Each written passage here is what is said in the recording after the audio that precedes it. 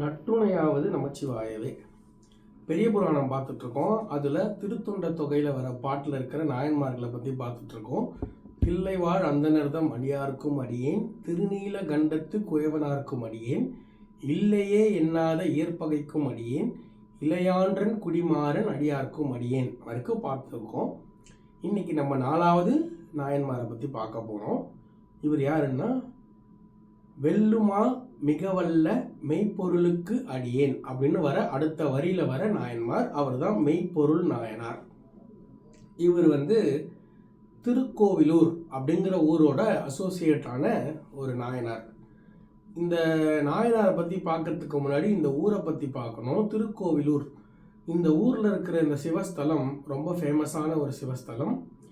இந்த கோயிலில் தான் முதல்ல சீதக்கலவை செந்தாமரை பூப்பாடு அப்படின்ற ஒரு விநாயகர் அகவல் ஔவையார் இந்த கோயிலில் தான் முதல்ல பாடியிருக்காங்க. இதுக்கப்புறம் தான் அவங்க கைலாயம் போனாங்க.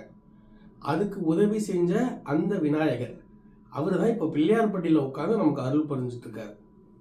அப்படிப்பட்ட இந்த ஊர் ஔவையாரை பற்றி சொல்லும்போது இதில் ஔவையாருக்கும் இந்த ஊருக்கும் இந்த ஒரு ரிலேஷன்ஷிப் இருந்தாலும், இந்த நாயனாருக்கும் இந்த ஊருக்கும் இன்னொரு கனெக்ஷனும் இருக்குது. அவர் பிறந்த ஊர் இதுதான். இந்த ஹோல் ப்ராசஸில் ஔவையாரோட அசோசியேட்டான ஒரு மன்னன் அப்படின்னு பார்த்தீங்கன்னா ஒரே ஒரு மன்னன் தான். அவர் யாருன்னா அதியமான். கடையேழு வள்ளல்களில் ஒருவர். பேகன், பாரி, காரி, ஓரி, அதியமான், ஆய், நல்லி, இந்த 7 பேர். இதில் அதிகமான ஒரு கடையேழு வள்ளல்களில் ஒருத்தர்.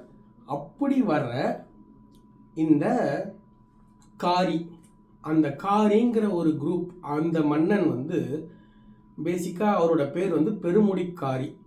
அவர் மலையமான் அப்படிங்கிற ஒரு டைனாஸ்டியில் வந்தவர். அந்த டைனாஸ்டியில் வந்தவர் தான் இந்த நாயனாரும். இப்படி தான் இவங்களுக்குள்ள ஒரு கனெக்ஷன் இருக்குது. ஸோ இப்போ இந்த நாயனார் ஒரு ராஜா. பேசிக்காக நாயனார்கள் பல பல வேலைகள் செஞ்ச பல குலத்தில் இருக்கிற மக்கள் நாயனார் ஆயிருக்காங்க. அப்படி ஒரு ராஜா நாயனாரானவர் இவர்.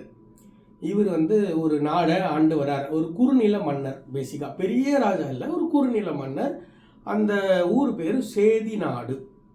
அந்த ஊரை ஆண்டு வந்தார். திருக்கோயிலூர் தான் தலைநகரம். அங்கே தான் இவரோட கிங்டம் இருந்துச்சு. இவர் சூப்பரான ஒரு ஃபைட்டர். நிறைய பேர் இந்த நாட்டில் இருக்கிற ஒரு செல்வ செழிப்பான ஒரு நாடுங்கிறதுனால செல்வத்தை எடுக்கணும், இந்த நாட்டை எப்படியாவது பிடிச்சிடணும் அப்படிங்கிற மாதிரியெல்லாம் ட்ரை பண்ணாங்க. நடக்கலை. இதில் பக்கத்து நாட்டில் இருக்கிற இன்னொரு ராஜா அவர் ரொம்ப ட்ரை பண்ணுவார்.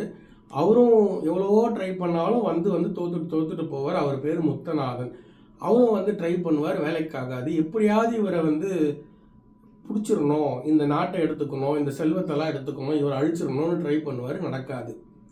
இந்த ஒரு சினாரியோவில் அவர் எப்படியோ டாக்டிக்ஸ்லாம் பண்ணி பார்ப்பார். போர் படையை பெருசாக்கி ட்ரை பண்ணுவார். டிஃப்ரெண்ட்டான ஆங்கிள்லேருந்து அட்டாக் பண்ண ட்ரை பண்ணுவார். எல்லாத்துலேயுமே இவர் ஜெயிச்சிட்டே வந்தார் நம்ம நாயனார். இவர் மெய்ப்பொருள் நாயனார் என்னென்னா, அவர் ஒரு ஸ்ட்ராங்கான பிலீஃப் என்னென்னா, சிவனடியாராக யார் வந்தாலும் அவங்க தான் மெய்ப்பொருள். மெய்ப்பொருள்ன்றது சிவன். சிவனடியாரே வந்தாலா, அது சிவனாக வந்தாரா அப்படின்றது கூட தெரியாது. ஏன்னா சிவனடியார் சிவனுக்கு சமம் அப்படின்னு நினைக்கிறவர். அவரோட அரண்மனையில் அவர் ஒரு ரூலே போட்டிருப்பார்.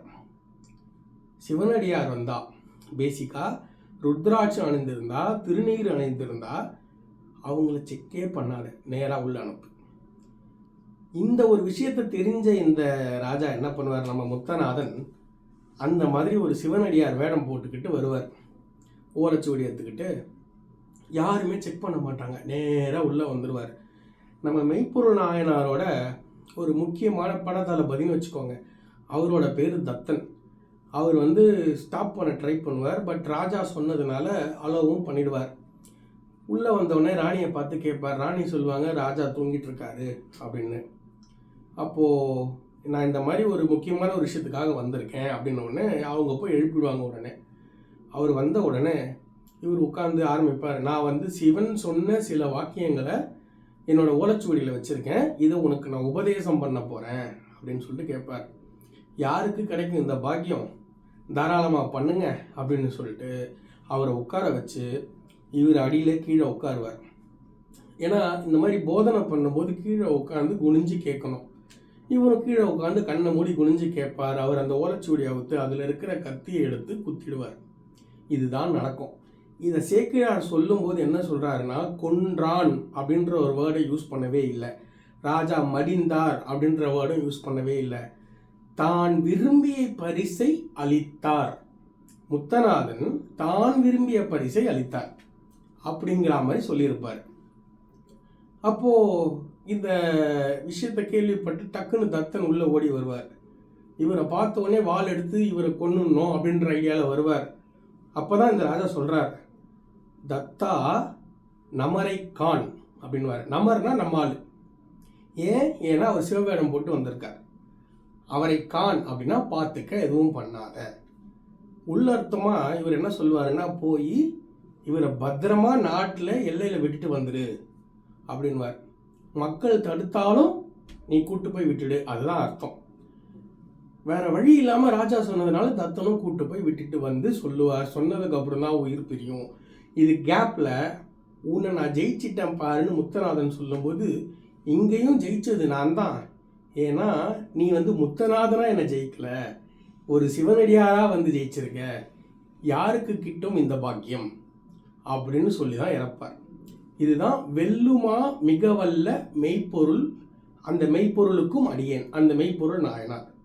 இதுதான் இவரோட கதை. அடுத்த நாயனாரை பற்றி இன்னொரு வீடியோவில் பார்ப்போம்.